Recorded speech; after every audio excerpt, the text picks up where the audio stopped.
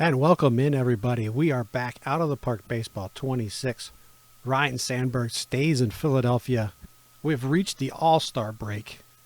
Phillies come in 61-35 at the break, 7 games up on the Braves. Atlanta got that down to 2 over the last, say, few weeks to month. Phillies have gotten back on track, pulled away a little bit. And thankfully for Atlanta and maybe Montreal, there's a wild card this year, so they're still in contention. Phillies have 5 All-Stars this season. We'll talk about who that is. We've added a right-hand relief pitcher, and if you're a keen observer, you can look at the screen and figure out who that is. And we will also recap the previous month, and then we'll also do some All-Star game stuff as well. That and more coming right up. All right, we'll work a little backwards here. We'll recap the season, or the month, I should say, to this point. You can see the standings in the left-hand corner. Phillies 61-35, 7 games up on Atlanta. Atlanta 54-42, having an outstanding season, but they are 7 back. But as we said, we've added a wild card, so they are in the wild card hunt. And a lot can happen between now and the end of the season, so don't count your chickens just yet. Montreal sitting at 48-48. Now, Atlanta and Montreal have made some trades. I don't know if we'll go into all that too much, but just know that they have been very active here over the last few days. This All-Star break has seen a lot of movement of players. Here's what the month looked like. Got out the gate pretty well. Won 2 of 3 in Cincinnati, 2 of 3 in Montreal, 2 of 3 in Chicago. And then we're swept by the Dodgers. Every one of those games a 1-run ball game, though. But the LA gave us a bit of a reality check. Went into San Francisco, drop game, won by a run, but win the final 2. Sweep San Diego, take 2 out of 3 from Atlanta. That maybe, when we look back, could have been the last chance for Atlanta to close in for the season, but we've got August and September to go, so it's a long way to go. And then finally, 2 out of 3. Houston, takes 2 out of 3 from us, but we do pick up the win on the 25th to end what some would call the first half of the season. And here we sit on the 27th. It's the day of the All-Star game. For the month of July, 14-10. We do have 2 games left in the month, obviously after the All-Star game. This seemed to me to be a good place to stop and do an update video. Get you at the All-Star break. Bats are good. They have been good for most of the season. Jack Clark, to this point in the season, has been the right addition for the team. Second in batting average. There you see number 1 in on-base percentage, slugging percentage. Second in WAR. First in runs scored. You can just run down that list yourself. Pitching-wise, it's been, if you watch our Formula One series, it's been a bit of a mixed bag. Pitching-wise, starting ERAs are 4th in the National League. The bullpen, though, is 7th. We did make a move to address that. We'll talk about that in a second. But overall, the pitching has been, well, it has been a mixed bag. As I said, it's been one day we're on, one day we're off. Obviously, with our record, it's been good enough. It's been an area that could be improved. And part of it was defense. We talked in the last video, I believe it was the last episode, about injuries and how they slowed the team down for a little while. Team defense was a problem. Boa came back and does have an injury. Should be back in the lineup again after the All-Star break. Franklin, though, did settle in and play a decent shortstop after just a horrible start. Started to deliver some key hits. And there you can see Boa is back in the lineup, back in the 8th spot. Day-to-day with wrist soreness. Another week of that, but it should be a few days after the All-Star game, and he will be back in the lineup. We talked about the pitching. Carlton, 14-2, a 3.11 ERA. He is one of our All-Stars. Probably would have gotten the start, but we threw him 129 pitches in 8 1/3 innings in that final game where we won in San Diego. Ruthven 9-3, 3.48. He has been really good overall. Larry Christensen 9-4, 3.01. Bystrom and Pascual Perez have both had really strong starts and then really bad starts. Tug McGraw, 22 saves out of the bullpen, just missed the All-Star game. We'll look at the voting in a second. Joe Price. Here we go. Kent Tekulve. Philly fans will remember this guy both as someone we hated when he was a Pirate and someone we loved as a Philly. We get him, much like Larry Anderson, we get Kent Tekulve a little early. Pirates are out of it. Tekulve was there, was available. We made the move to get him. We traded a minor league pitcher who actually could turn out to be a decent pitcher, maybe a four or five starter on a lot of rosters. So we'll see if we play this thing out for a few seasons. We'll see where that trade ends up. But right now, Tekulve is there to give us a more reliable right-handed setup guy. Ed Farmer was in that role, and there you see he's 5-2 with a 5.46 ERA. Just not getting the job done. We're going to slide him down into the middle relief role. Let him throw a few games there. He's trending towards long relief. I'm not going to lie. But right now he's sitting at middle relief with Larry Anderson. Anderson been better. You see the ERA at 3.51. Confidence in him is growing a bit, but it's not quite enough to be the 8th inning guy. Larry right now is 7th inning, and this is Larry Anderson. Like Kent Tekulve, we pick up Larry Anderson a few years before the Phillies actually did in real life. It's just a coincidence, quite honestly. I was not out hunting for Philly relief pitchers to add. If it would have been that, I would have gotten Steve Bedrosian, who just got traded. But Larry Anderson was someone who was available. But it's before he turned the corner and became the Larry Anderson that we all know and love. That was a great setup man for the Phillies for many, many years. Tekulve should be an improvement. We'll see. But while we're talking pitching, we might as well finish it up and just say Dickie Knowles, 5.29 ERA, just not getting it done. Joe Price has been human at times, but he is a very reliable left-hander, a 2.18 ERA.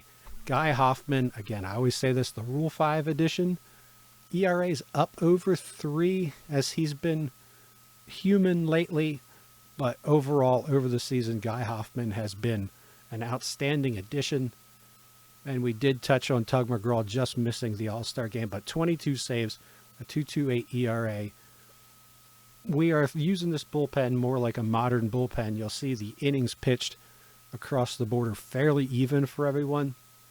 We're kind of balancing the load out, and we're not throwing it all on, the best 2 or 3 guys necessarily. All right, to look at the lineups, we will start on this screen just because I think it's a little easier to see the starters. Lonnie Smith, one of the All-Stars, 325, 4 home runs, 39 RBIs at the break. He has been outstanding. Honestly, Lonnie Smith is, I would say a notch below Tim Raines and Ricky Henderson, and that is incredible. But he doesn't quite have the power of those two guys, doesn't quite have as many stolen bases, batting average and on base percentage. I'm not exactly sure off the top of my head how he compares, but he's in that conversation. He is like, if they're A level, then Lonnie Smith is B plus or something like that. But Lonnie Smith has been outstanding in the leadoff spot, solid in left field, mistakes kept to a minimum. How they brought that reality into the game is amazing to me, but it's in there. Every now and then he misses a fly ball. Ryne Sandberg at second base made the All-Star game. And we'll look at the voting in a second because this was so cool. Sandberg, as he has developed this year, the votes started to come in for him. So our number 2 hitter is an All-Star in his rookie season, Jack Clark. Look at that, 320 20 home runs, 72 RBIs at the break. He has been It's a tough call between him and Lonnie Smith for team MVP. Have to be honest, though. Lonnie Smith, a lot of steals, gets on base a lot, sets up a lot of Jack Clark's success, but didn't expect Clark to hit 300. That's for sure. Michael Jack is also an all-star. So our 1 through 4 hitters made the all-star team. 247, 14 home runs, 57 RBIs. Yeah, I was expecting a couple more home runs at this point. The RBI thing might just quite frankly be Jack Clark's knocking a lot of them in, but Schmidt's doing a fine job playing a good third base, sitting in cleanup. When Clark doesn't get it done, you got Schmidt up next. That's outstanding. Milt May missed a month, maybe a little more than a month, and that probably cost him an all-star appearance. 268, 7 home runs, 27 RBIs. Moreland did a nice job filling in for him. We missed the left-handed bat for sure. Maddox slowing down a little bit offensively, but 10 home runs this year. Outstanding there. 51 RBIs, 260 is the batting average, and just incredible coverage in center field. Julio Franco, the other rookie, the guy that gets buried in the title when we say Ryne Sandberg stays in Philly. Well, Julio Franco's staying in Philly too. 244, 13 home runs, so surprising us with the 13 home runs. Knocked in 47 runs. He's been hitting 7th most of the season. And there you see Larry Boa, still a little banged up, but he'll be back in the lineup full-time in a few days. 243, he's got the 1 home run, 15 RBIs. He's missed some time. Glenn Franklin overall did a solid job. Had a terrible start, but did a solid job filling in for Boa. But we really want Larry back in the lineup. And to take a quick look at the Phillies bench, there you see Dick Davis, right-handed outfielder, hitting 263 with 4 home runs. Vukovic, 317. Just the 1 home run, but he's got a 377 on base percentage. He's our main left-handed pinch hitter. Great defensive replacement in left field, or quite frankly, right field as well. Franklin, we talked about, 223. Not a number that jumps out to you.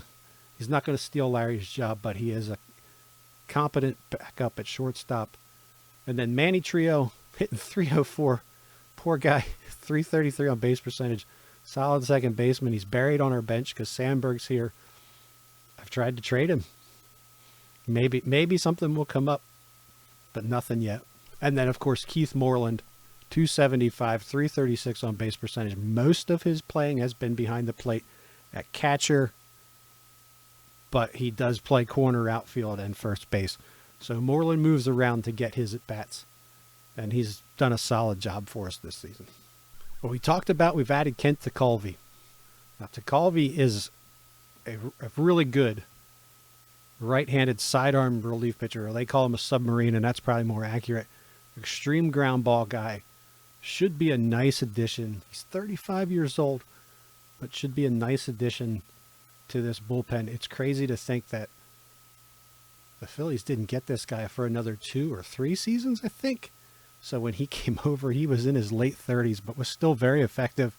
We're hoping that this settles down these bullpen issues that we have from time to time, because honestly, that's our biggest flaw, is that right-handed setup role. Somebody to come in and get righties out in a 7th inning jam or in the 8th inning to set up Tug. All right, let's talk about this All-Star game. Lance Parrish led the catchers in the American League. Eddie Murray, man, if I could steal a player from Baltimore, it'd probably be Eddie Murray.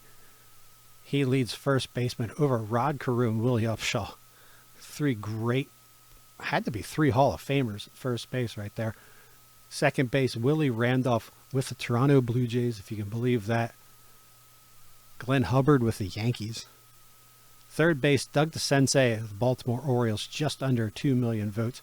Edges out George Brett, actually by a pretty healthy distance. Buddy Bell, third there. At shortstop, look at this. Cal Ripken Jr. beats Robin Yount of the Toronto Blue Jays. And Alan Trammell, of course, of the Detroit Tigers. That is a 21-year-old Cal Ripken.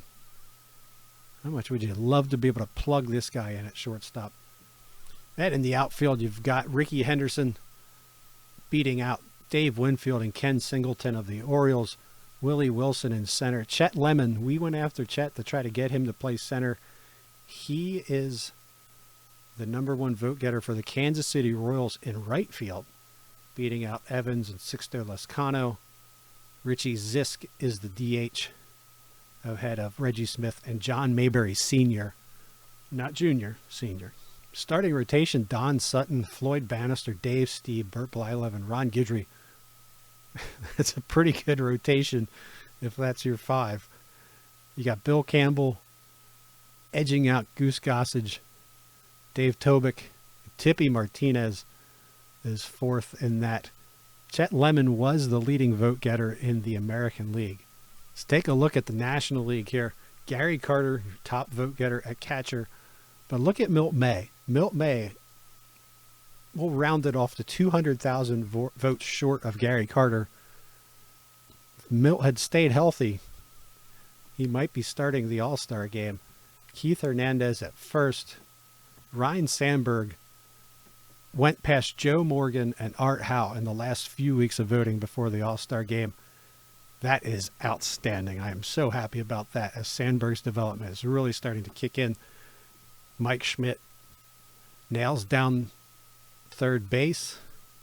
Davey Concepcion at shortstop. And can you believe this? Davey Concepcion was the top vote getter in the National League. Dickie Thon, second. Philly fans will know that name. Gary Templeton, still with the Cardinals, third at shortstop. In left field, look at this. Lonnie Smith, just under the top vote getter at 2,002,177 votes. Tim Raines beat Tim Raines by quite a bit. If you quick look here, Raines 317, 395 on base percentage. Lonnie Smith 325, 384, 59 stolen bases on the season. He had 78 last year. That led the league. So you can see, I think you can see what I'm saying here is that you've got these 3 young outfielders who are just outstanding in Tim Raines and Lonnie Smith and Ricky Henderson. It's just crazy to me to be talking about Lonnie Smith in this conversation. Lee Lacy was your top center fielder, edging out Andre the Hawk Dawson. Jack Clark is your top vote getter in right field, ahead of Pedro Guerrero. Steve Carlton was the top starting pitcher, beating Bill Gullickson and Fernando Valenzuela in the voting. Mario Soto as well. And Steve Howe, Lee Smith, Tom Bergmeyer, Bruce Sutter of the Pirates, and Tug McGraw was 5th, but Tug did not make the cut. So your 5 Philly All-Stars, you've got Steve Carlton is the only pitcher. Then it's 1 through 4 in our lineup. Lonnie Smith, Ryne Sandberg, Jack Clark, and Mike Schmidt. Those are your Philly All-Stars for 1982.